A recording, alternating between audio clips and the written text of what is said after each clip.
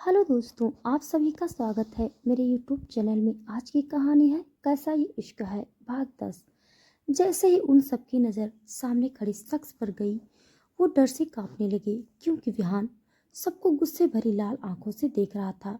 मनीष उठकर गुस्से से उसके साथियों से बोला, मुंह क्या देख रहे हो उसका, मारो साले को। मनीष को सिर्फ विहान का पेट ही दिख रहा था, पर उसके दोस्त उसके खूंखार चेहरे को देखकर डर के मारे उनका पसीना छूट रहा था। विहान रोशनी की तरफ देखा जो डर के मारे बैठी हुई थी। वो झटके से उसके हाथ पकड़कर घुमाया और खुद से चिपका लिया। रोशनी डर और हैरानी से उसको देख रही थी। विहान बोला, डरो मत, मैं हूँ विहान।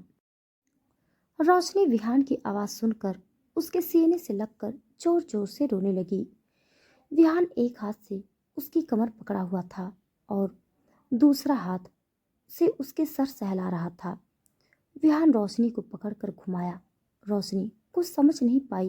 तभी विहान रोशनी के पेट पर हाथ रखकर उसको उठाकर घुमा दिया और रोशनी के पैर तीनों चेहरे पर जा लगी, जिससे तीनों नीचे गिर गई। तभी मनीष पीछे से विहान को जोर से लात मारा, पर विहान हिला भी नहीं। वो रोशनी को छोड़ा और गुस्से में पीछे मुड़ा। जैसे ही मनीष विहान को देखा, उसकी सिट्टी पिट्टी गुल हो गई। वो उसको देखकर कांपने लगा। मनीष जैसे ही भागने को हुआ, विहान उसके हाथ पकड़कर तोड़ दिया। मनीष दर्द से जोर से चीखने लगा। उसकी चीख सुनकर किसी का भी मन दहल जाता। रोशनी जोर से चिल्लाई और डर से कदम पीछे लेने लगी। मनीष के दोस्त डर के मारे भाग गए थे। विहान गुस्से में बोला, इसी हाथ से तूने उसको छुआ था ना। मनीष दर्द से रोते हुए नीचे बैठ गया।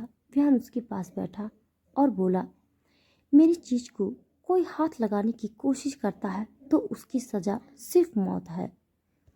विहान मनीष का सर पकड़कर खींचा और उसके सर को धड़ से अलग कर दिया। रोशनी को विहान की ये रूप देखकर शौक लगा। वो मुंह पर दोनों हाथ रखकर रोने लगी। विहान रोशनी की तरफ देखा जो कदम पीछे लिए जा रही थी। वो उठकर उसके पास जाने लगा था। रोशनी डरते हुए हाथ दिखाकर बोली, मेरे पास मत आना, तुम खूनी हो। रोशनी पीछे जाते हुए एक पत्थर से टकराकर गिरने लगी, पर विहान तेजी से आकर उसको पकड़कर अपनी तरफ खींच लिया। रोशनी सीधा उसके सीने से जा टकराई। रोशनी सर उठाकर विहान को देखा जो गुस्से से उसको घूर रहा था। वो गुस्से पर धीमी आवाज से बोला, तुमसे बड़ी डरपोक लड़की मैंने आज तक नहीं देखी। रोशनी रोते हुए उसके पास सीने पे मारते हुए बोली, तुम बहुत बुरे हो, तुमने उसको मार दिया, हैवान हो तुम। यान गुस्से में उसका हाथ पकड़कर पीछे बांध दिया और बोला, मैंने तुम्हें बचाया है और तुम मुझे मार रही हो। रोशनी खुद को उसके पकड़ से आज़ाद करने की कोशिश करते हुए बोली, मारने की क्या जरूरत है, पुलिस के हवाले कर सकते थे ना। रोशनी रोते हुए बहुत ही मासूमियत से बोल रही थी। उसकी नाक और गाल रोने की वजह से लाल हो गई थी। विहान उसको एकदम से गोद में उठा लिया, जिससे रोशनी चौंक गई और उसकी गोद में छटपटाती हुई बोली, छोड़ो मुझे, नीचे उतारो वरना मार दूंगी। विहान मुस्कुराया और बोला, अच्छा फिर मारो मुझे। रोशनी उसके चेस्ट पर मारने लगी। विहान को उसकी हरकत देखकर हंसी छूट गई। 5 मिनट में वहां एक कार आई और ड्राइवर उसके लिए डोर खोल दिया। विहान रोशनी को अंदर बिठाया और खुद भी बैठ गया। विहान ड्राइवर को चलने का इशारा किया। उनके जाते ही करण और जीवन चढ़ियों से बाहर आए और जो अब तक पेड़ पर 3 लाशें लटक रही थी वो नीचे गिर गईं। ये 3 लाशें मनीष के दोस्तों का था, जिनको करण और जीवन ने मारा था। उनके मुंह पर खून लगा हुआ था। जीवन हाथ का खून चाटते हुए बोला, ब्रो कुछ भी कहो, ये इंसान का खून है, बहुत टेस्टी। करण उसको घूरते हुए बोला, हमें सिर्फ दुश्मनों का खून चूसना है, निर्दोष का नहीं। लाश को देखते हुए, चलो इस लाश का ठिकाना लगाते हैं। जीवन हाँ में सर हिलाया, फिर दोनों लाशों को लेकर जंगल में गायब हो गए। दूसरी तरफ रोशनी डोर खोलने की कोशिश करते हुए बोली, कहाँ ले जा रहे हो मुझे? मुझे नहीं जाना तुम्हारे साथ कहीं भी।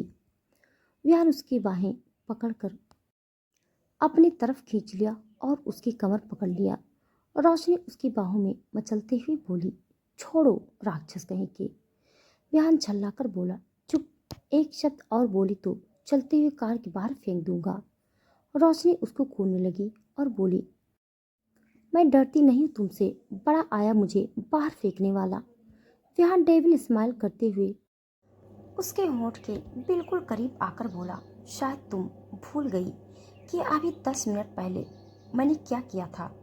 विहान की बात सुनकर रोशनी घबराते हुए थूक कटक लिया और डरते हुए बोली, आखिर मैंने तुम्हारा क्या बिगाड़ा है, क्यों मेरे पीछे पड़े हो। विहान उसका सवाल सुनकर मुस्कुराया और आगे बढ़कर उसके होठ को हल्के से किस करते हुए बोला, तुम मुझे अपनी तरफ खींचते हो बेबी, बताओ ऐसी कौन सी जादू है तुम्हारे अंदर जो तुम मुझे अट्रैक्ट करती हो। विहान की बात सुनकर रोशनी एकदम शांत पड़ गई और अपलक उसको देखने लगी। विहान उसके होठ के तरफ फिर से बढ़ने लगा। तभी रोशनी होश में आई और विहान के मुंह पर हाथ रखकर बोली, तो इसमें मेरा क्या कसूर, मैंने थोड़ी ना कहा था तुम्हें मेरी तरफ आकर्षित होने के लिए। विहान उसके हाथ को अपने मुंह से हटाया और उसके हाथ को चूम लिया। रोशनी अपनी हाथ खींच ली। उसके गाल टमाटर की तरह लाल हो गए थे। विहान उसके गाल पर बाइट किया और फिर विहान धीरे से उसके करीब आने लगा और उसको पकड़कर अपनी गोद में बिठा लिया। ड्राइवर उन दोनों को ऐसा देखकर पार्टीशन ऑन कर दिया। विहान रोशनी की नेक और शोल्डर फिर उसके होठ को चूमने लगा। वो उसके निचले होठ को दांतों के बीच दबा रहा था और चूम रहा था। उसके हाथ रोशनी के कुर्ती के अंदर थे और कमर को सहलाते हुए ऊपर की ओर जा रही थी। रोशनी को ख्याल आया कि विहान क्या कर रहा है। वो झट से अपनी आंखें खोलकर विहान को धक्का दे दिया और लंबी लंबी सांस लेते हुए गुस्से में विहान को घूरने लगी। रोशनी विहान की गोद से उठकर उसके बगल में बैठ गई। विहान रोशनी के इस तरह से दूर जाने से खुश नहीं था। रोशनी गुस्से में विहान से बोली, तुम्हें शर्म नाम की चीज है या नहीं? तुमने मुझे बचाया तो तुम्हें क्या लगा कि तुम मेरे साथ कुछ भी कर सकते हो, बेशर्म इंसान। इतना सुनते ही विहान का गुस्सा बढ़ गया और अपनी गुस्से भरी आंखों से उसको घूरने लगा। तभी गाड़ी फार्म हाउस के सामने रुकी। विहान नीचे उतरा और रोशनी को बाहें पकड़कर बाहर खींच लाया। रोशनी दर्द भरी आवाज में बोली, क्या कर रहे हो, छोड़ो मेरा हाथ, दर्द हो रहा है। विहान उसकी बात को नजरअंदाज करते हुए उसको खींचते हुए फार्म हाउस के अंदर ले जाने लगा। रोशनी अपना हाथ छुड़ाने की कोशिश करते हुए बोली, छोड़ो मुझे, मुझे घर जाना है। विहान उसको खींचते हुए एक रूम में ले आया और बेड पर धक्का दे दिया। रोशनी बेड पर मुंह के बल गिर गई। विहान अपनी जैकेट उतार कर फेंक दिया और उसके करीब बढ़ने लगा। रोशनी उसको देखकर डर गई और उठने की कोशिश करने लगी, पर उसका शरीर उसका साथ नहीं दे रही थी। विहान उसके और कदम बढ़ाते हुए बोला, सही कहा था तुमने, तुम पर सिर्फ मेरा हक है। जिस चीज को मैं छूता हूँ वो मेरा बन जाता है। क्या कहा था तुमने? बेशर्म इंसान, अभी दिखाता हूँ बेशर्म इंसान किसे कहते हैं। रोशनी बेड से उठी और भागने को हुई कि तभी विहान तेजी से उसके पास पहुंचा और उसका हाथ पकड़कर फिर से बेड पर धक्का दे दिया और उसके ऊपर आ गया। रोशनी उसकी हरकत देखकर घबरा गई और रोते हुए बोली, प्लीज मेरे साथ कुछ मत करो, मुझे घर जाने दो। वो उसके नेक पर जोर जोर से किस करके बाइट कर रहा था। रोशनी को बहुत दर्द हो रहा था। वो बिलखती हुई रो रही थी। फिर अचानक विहान रुक गया और रोशनी के चेहरे को देखा। वो अपनी आंसू भरी आंखें खोलकर उसको देखा। विहान एकदम से उसको छोड़ा और कमरे से बाहर चला गया। रोशनी पिलो से चेहरा छुपाकर रोने लगी। दूसरी तरफ दिव्या कब से रोशनी को कॉल कर रही थी, पर रोशनी एक बार भी नहीं उठाई थी, जिससे दिव्या परेशान हो गई थी। दिव्या खुद से बड़बड़ाते हुए बोली, ये रोशनी कॉल क्यों नहीं उठा रही, ना कोई मैसेज न रिप्लाई, कहीं किसी मुसीबत में तो नहीं फंस गई। ये लक्ष्य भी कॉल नहीं उठा रहा, दोनों भाई बहन एक जैसे ही हैं। दिव्या टेंशन से कमरे में घूमने लगी। फिर मिरर के सामने आकर बोलने लगी, क्या हाल हो गई है तेरी, नींद भी नहीं आ रही, क्या करूं, माँ को छोड़कर जा भी नहीं सकती। दिव्या सोचते हुए बेड पर लेट गई और थोड़ी देर में उसकी आंखें लग गई। उसके सोते ही खिड़की से जोर से हवा अंदर आने लगी और दिव्या एकदम से हवा में सोते हुए ही ऊपर उठ गई और एकदम से आंखें खोली और फिर उसी पोजीशन में बेड पर गिर गई। फिर उसकी आंखें बंद हो गई। दूसरी तरफ मौरा वाइन पी रहा था। वो अभी इंसानी रूप में आ गया था। निशा एविल स्माइल करते हुए बोली, अगर सही वक्त पर तुम वो पन्ना के जिक्र मुझसे नहीं करते तो शायद हम उस तक पहुंच नहीं पाते। लिशा वाइन पीते हुए बोली, हाँ मोरा, पता नहीं मुझसे इतनी बड़ी गलती कैसे हो गई। मोरा सिप लेते हुए बोली, गलती हुई नहीं है, सच था। वो इंसान सिर्फ वैम्पायर किंग को मिलेगी और देखो मिल भी गई। लिशा डेविल स्माइल करते हुए, रोशनी जो विहान को उस असर तक पहुंचाने में मदद करेगी। उस पन्ने में उल्टा लिखा था कि पूर्णिमा की रात को वैम्पायर किंग के साथ पाई जाएगी और वही हुआ।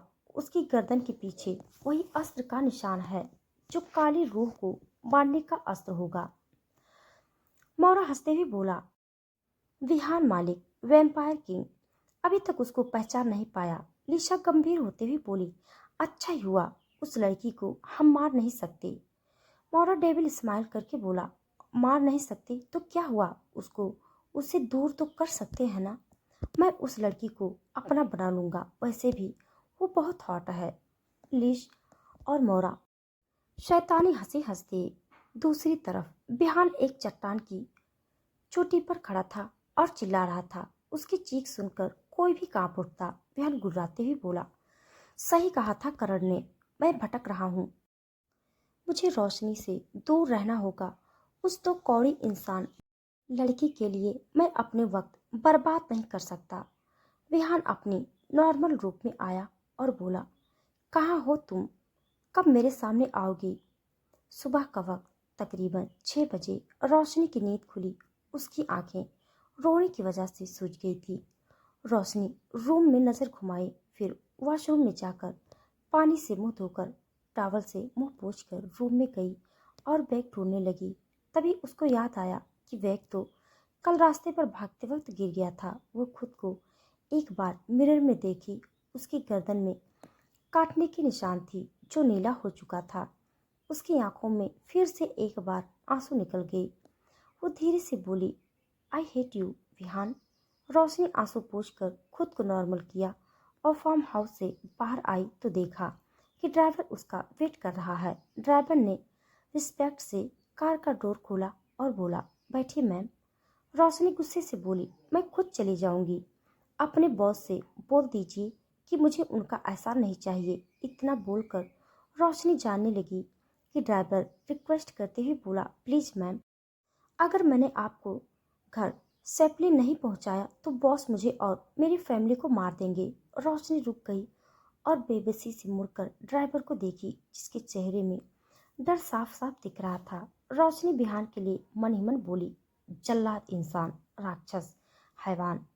रोशनी आकर कार में बैठ गई और ड्राइवर कार स्टार्ट कर दिया। रोशनी सारे रास्ते विहान को कोसती रही।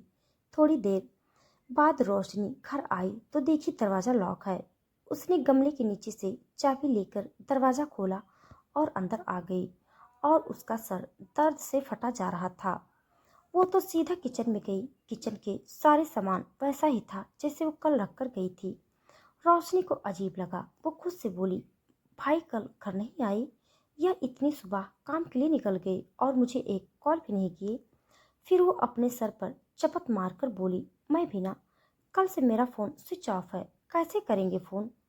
रोशनी चाय बनाने लगी, तभी दरवाज़ा खटखटाने की आवाज़ आई। रोशनी गैस ऑफ करके किचन से बाहर आते हुए कहा, आराम से पीटो, आ रही हूँ। रोशनी दरवाज़ा खोलते ही दिव्या एकदम से अंदर घुस गई और सुनाने लगी, तुम दोनों भाई बहन एक जैसे ही हो। कल से तुम्हारी फ़ोन ट्राई कर रही थी और तूने एक बार भी नहीं उठाई। उसके बाद फ़ोन स्विच ऑफ बताने लगा और तुम्हारे भाई वो महाराज पता नहीं किस काम में व्यस्त है। दिव्या बोलते हुए सोफे पर फैल कर बैठ गई। रोशनी दरवाजा बंद करके अंदर आते हुए बोली, कल रात घर नहीं आए? दिव्या चिढ़कर बोली, मुझे कैसे पता होगा यार, मैं तो उसको कॉल करके थक गई। दिव्या की बात सुनकर रोशनी सोच में पड़ गई। रोशनी को परेशान होते हुए देखकर दिव्या उसका ध्यान भटकाने के लिए बोली, रोशनी, घर आए मेहमानों को कुछ देगी या ऐसे भी बिठाओगी? रोशनी उसके सर पर चपत मारकर बोली, तू कब से मेहमान हो गई? जब देखो भैंस की तरह घर के अंदर घुस जाती है। उसकी बात सुनकर दिव्या का मुंह बन गया। रोशनी हंसकर बोली, मुंह बनाना बंद कर, चल नाश्ता करते हैं। थोड़ी देर बाद दोनों खाना खा रहे थे, तभी रोशनी का फोन बजने लगा। रोशनी फोन चार्ज से हटाकर रिसीव किया और बोली, हेलो। रोशनी जैसे ही कॉलर की बात सुनी, उसके हाथ से फोन छूटकर नीचे गिर गई और उसकी हाथ कांपने लगे। तो दोस्तों, आज के लिए बस इतना। इसके आगे का भाग जानने के लिए आप सब मेरे साथ बने रहिए। हमारी कहानी आप सबको कैसी लग रही है, कमेंट बॉक्स में ज़रूर बताइएगा। तब तक के लिए धन्यवाद।